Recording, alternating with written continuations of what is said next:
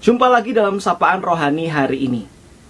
Saudara, saya mengundang untuk membaca 2 Raja-Raja pasal 1 ayat 1 sampai 12 sebelum melanjutkan menyaksikan video ini. Di dalam 2 Raja-Raja 1 ayat 1 sampai 12 dikisahkan tentang Raja Ahazia, yaitu Raja Israel Utara. Raja ini mengalami jatuh dari serambi istananya, dan kemudian ia terluka parah. Ia mengalami sakit yang parah. Dan saat itu ia meminta petunjuk bukan kepada Allah, tetapi justru kepada Baal. Karena Raja Ahazia ini dikenal sebagai raja yang jahat, karena ia justru menyembah Baal dan bukan berpaut kepada Allah. Terus kalian, di dalam kehidupan bangsa Israel, berpaut kepada Allah, menyembah Allah sebagai satu-satunya yang diandalkan dalam kehidupan umat adalah perintah yang penting. Bahkan itu tertuang dalam salah satu dari 10 perintah Allah kepada umat Israel. Oleh karena itu, pelanggaran terhadap hal ini merupakan satu hal yang serius. Dan Raja Ahazia melanggar perintah ini. Perintah ini bukan tanpa dasar, saudara sekalian. Allah memerintahkan agar tidak ada Allah lain di hadapannya untuk mengajarkan bangsa Israel, mengingatkan bangsa Israel bahwa yang telah menyelamatkan mereka dari penindasan di Mesir adalah Allah. Yang berkarya adalah Allah. Yang membebaskan mereka adalah Allah.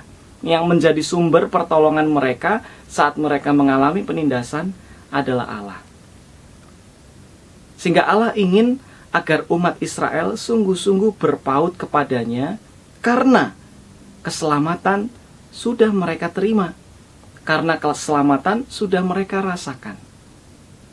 Tetapi Raja Ahazia tidak mengindahkan perintah itu, malah justru terjatuh pada penyembahan kepada Baal.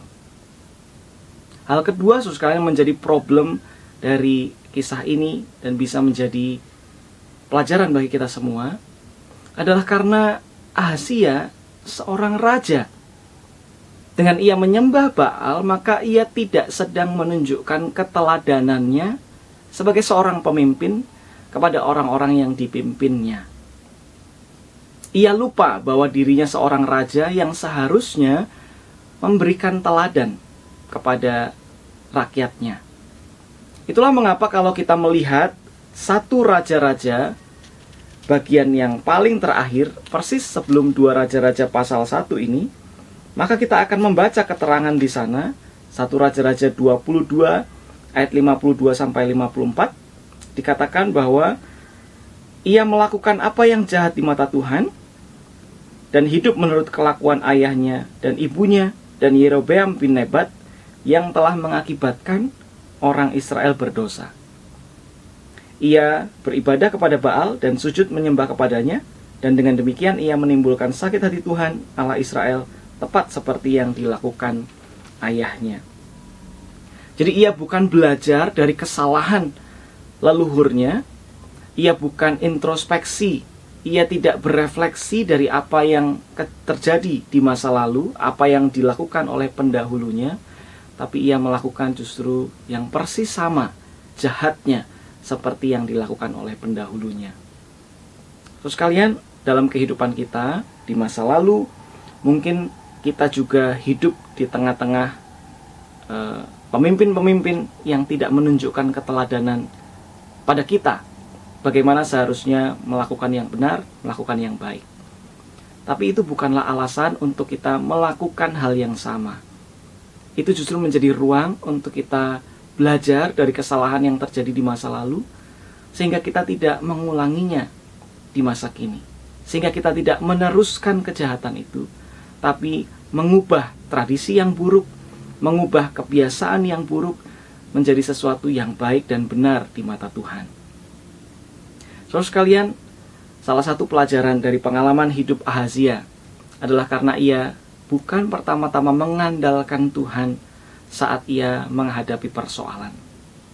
Saat kita menghadapi persoalan, mari kita pertama-tama bertanya kepada Tuhan, bagaimana kita bisa menghadapi persoalan ini, bagaimana kita seharusnya menyelesaikan persoalan ini, jalan keluar apa yang Tuhan siapkan, cara apa yang harus kita cari yang sesuai dengan kehendak Tuhan.